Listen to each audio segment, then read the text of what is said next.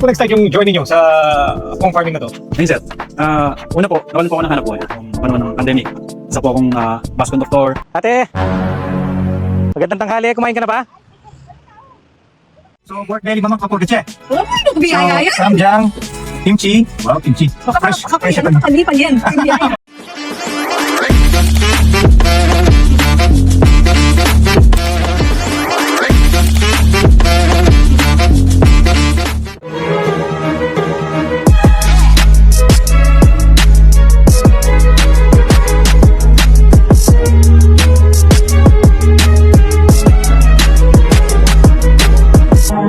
Lugar ni Sir RC, masayang-masaya yung team natin na pinaunlakan niya yung invitation natin. Salamat kay Kuya AJ. Tuturo ko lang po sa inyo kung paano po yung proseso, kung paano ba gawin yung pagtatanim gamit ang hydroponics method. Sa ng crafty method, simple at murang paraan, pwede kang makapagtanim. Ito yung stagnant water natin.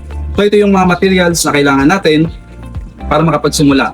Kailangan natin ng seedling tray, coco peat, itong ating ready for transplant na lettuce, and yung ating mga nutrient solution. So ito yung hinahalo natin sa tubig. So ang hydroponics ay soilless. So hindi tayo gumagamit ng lupa. So, ayan. Ito pa yung page down, up, potassium nitrate, then ito, iron. Siyempre, kailangan natin ng styro cups, measuring cup, grow box, TDS meter, ito yung mga seeds po natin, then yung panghalo. Yes. Sige sir, turuan kita para ito ang... Maglalagay lang po tayo ng coco peat sa seedling tray. Hindi po natin kailangan siksikin. Ayan.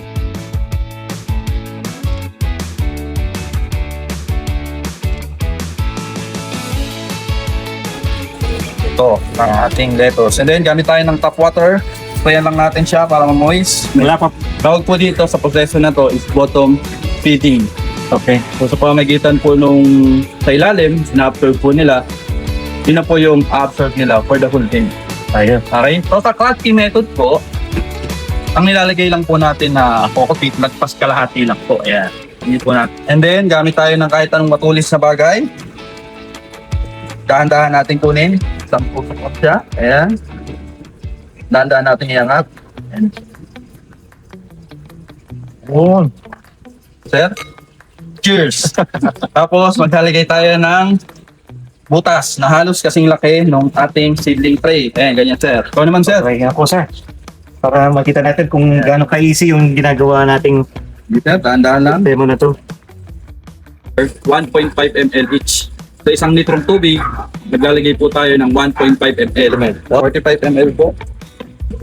Hindi po sila pwedeng pagsabayin kahit alin po ang mauna. Wag lang pong sabay natin 45 ml. Yun. So ilalagay na po natin dyan.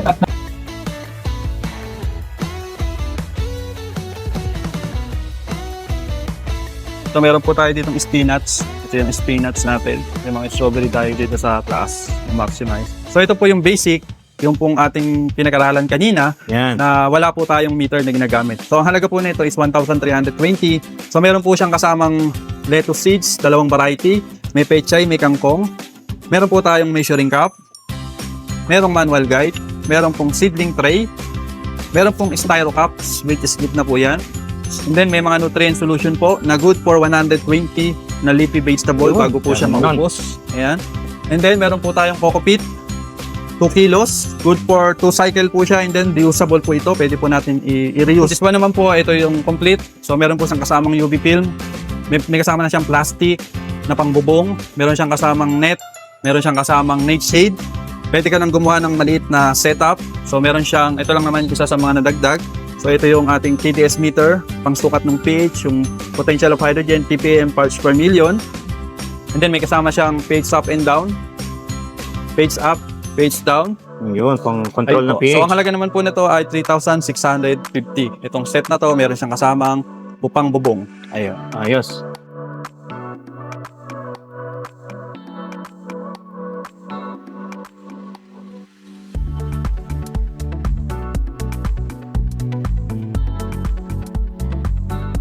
Habang nagpe-prepare tayo, may regalo ako sa'yo.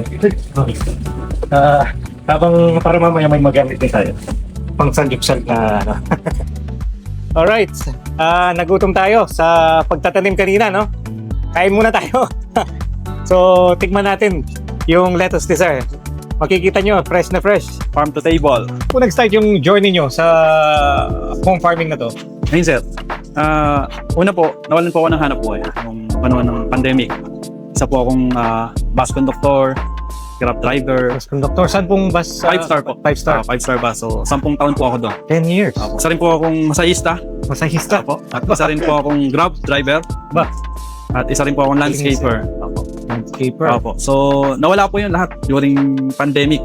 Ako tayo. Oo. Sa Grab? Sa Grab, wala rin. So, tigil po lahat yun. Sabi ko kay Lord, Lord, binigyan mo ako ng pamilya, binigyan mo ako ng bahay.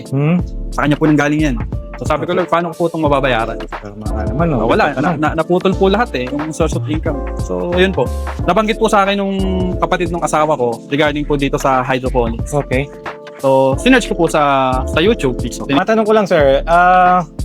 Naging smooth ba yung pagsisimula mo? May mga struggles din? hindi po siya naging madali. Meron tayong trial and error. Yan. May mga hindi nabubuhay na punla. Pero hindi po ako tumigil. Okay, yan ang importante. Unti-unti ko po siyang nagamay.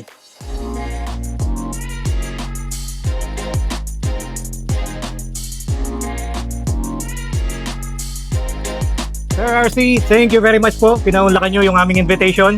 Paki-invite po yung mga viewers natin, yung mga moms natin dyan. Para sa inyo po ito. Mga nais magsimula, tayo po ay nagkakaroon ng libreng pag-aaral dito sa aking munting tahanan. Makikita nyo po yung mga iba't ibang setup. So maaari po kayong mag-message sa aking Facebook page. Pwede nyo po akong i-contact. Then pwede rin po kayong mag-walk-in. Basta mag-message lang po bago po pumunta dito. Yun lang po, maraming salamat po. Magkita-kita po tayo dito. God bless po sa ating lahat. Thank you po mga ma'am sir.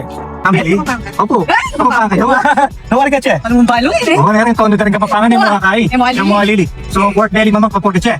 Uy, ano biyaya yan? Samjang, kimchi. Wow, kimchi. Fresh. Fresh Ano ako. kapalipan yan? Biyaya. Oo, okay. So, Mga malago.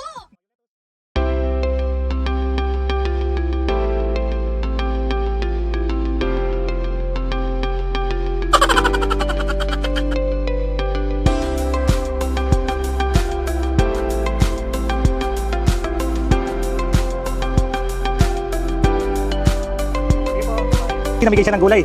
So, sabayan natin ng lettuce. Pork. Belly, kumakain po kayo ng pork belly. Kimchi. Oo. Pero gusto mo bayaran, Petre?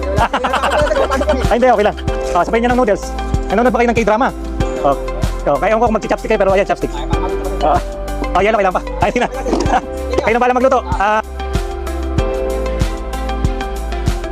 Ate, magandang tanghali. Kumain ka na ba?